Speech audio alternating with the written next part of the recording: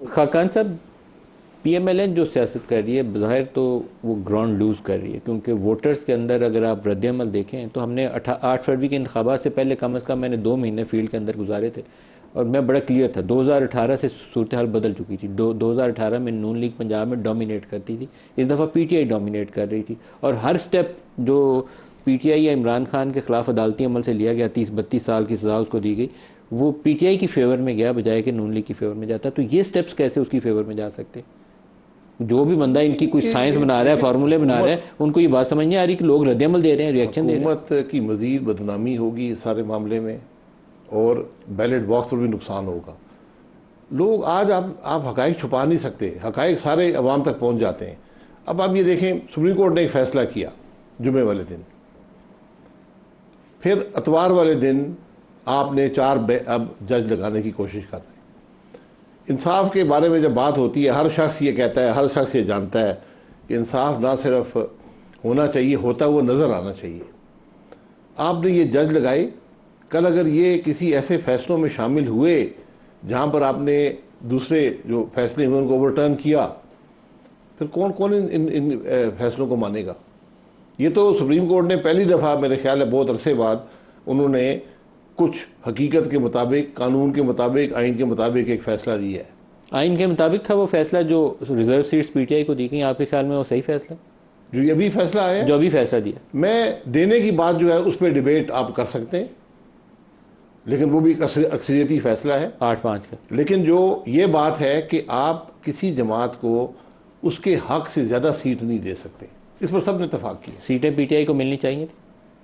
सीटें देखिए, ये एक इबाम है ना, आपके आइन में हर बात लिखी नहीं होती, स्पिरिट लिखी होती है। लेकिन जहां इबाम हो वहां सुप्रीम कोर्ट का फैसला रास्ता दे देता है, तो क्या ये फैसला ठीक है? जी बिल्कुल, उस हवाले से फैसला ठीक है, क्योंकि आपने एक तशरीह कर दी आइन की कि अगर इंडिपेंडेंट सेलेक्ट हो जाते हैं, वो एक जमात में जाना चाहते हैं जिसने कोई लिस्ट नहीं दी हुई, एक पार्लियामेंट्री पार्टी बना लेते हैं, तो उनको सीटें कैसे मिलेंगी? तो उन्होंने कहा कि आप लिस्ट जमा करा दें।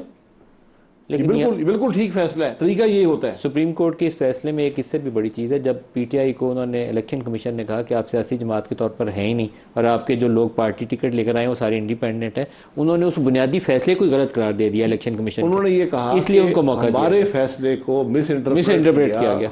तो वो तो अपने तशरीह कर दी अपने फैसले की भी, लेकिन असल तशरीह उन्होंने आइन की कर दी है कि जब भी इसके बाद, क्योंकि ये पॉसिबिलिटी है कि 20 आदमी इलेक्ट हो जाते हैं, वो एक पार्लिमानी पार्टी बना लेते हैं, एक जमात की जिसने इलेक्शन नहीं लड़ा था या इलेक्शन लड़ा था नाकाम हो गई, उन्होंने लिस्ट जमा नहीं कराई हुई थी, फिर उनको सीटें कैसे मिलेंगी? लिस्ट जमा करानी पड़ेगी। तो हम जो अल्फाज के अंदर माने ढूंढते आइन के, वो नहीं होते। आपको अल्फाज के दरमियान जो स्पेस है, जो तशरीह करनी पड़ती है, ये सुप्रीम कोर्ट का काम होता है, तो सही तशरीह कर दी है। लेकिन ये जो मामला पैदा हो गया ना नए जजेस की अपॉइंटमेंट का, ये पूरे निज़ाम को डिस्टर्ब कर देगा। आप कहते हैं कि नए जजेस की तैनाती से एक नया फसाद पैदा होगा? जी, उसकी टाइमिंग देखिए ना, आपने उससे पहले किया होता तो कोई बात नहीं थी। आप आगे जाकर एक बताते कि आप 17 जज मौजूद हैं, हमें मजीद चाहिए, आप करें। आपने उस फैसले के 2 दिन के बाद आपने ये कर दिया, और इससे इबाहम पैदा होता है। सुप्रीम कोर्ट ये ऐसे इदारे होते हैं, अदालतें ऐसी इदारा होती है जिस पर किसी को उंगली उठाने का मौका भी नहीं मिलना चाहिए।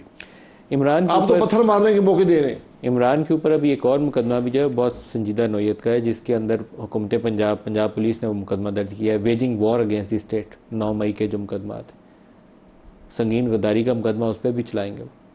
जी बिल्कुल, मुकदमे देखिए, मुकदमे चलाना हुकूमत की जिम्मेदारी होती है। अगर सबूत हो आप प्रोसिक्यूट करें।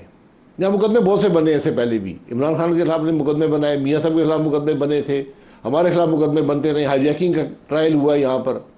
लेकिन वैसे बड़ा इंटरेस्टिंग है, इमरान खान ने आपको 8 महीने जेल में रखा था। जी 8 महीने था जेल में? 8 महीने। 8 महीने। और उसी इमरान खान की आप हिमायत में बोल रहे हैं?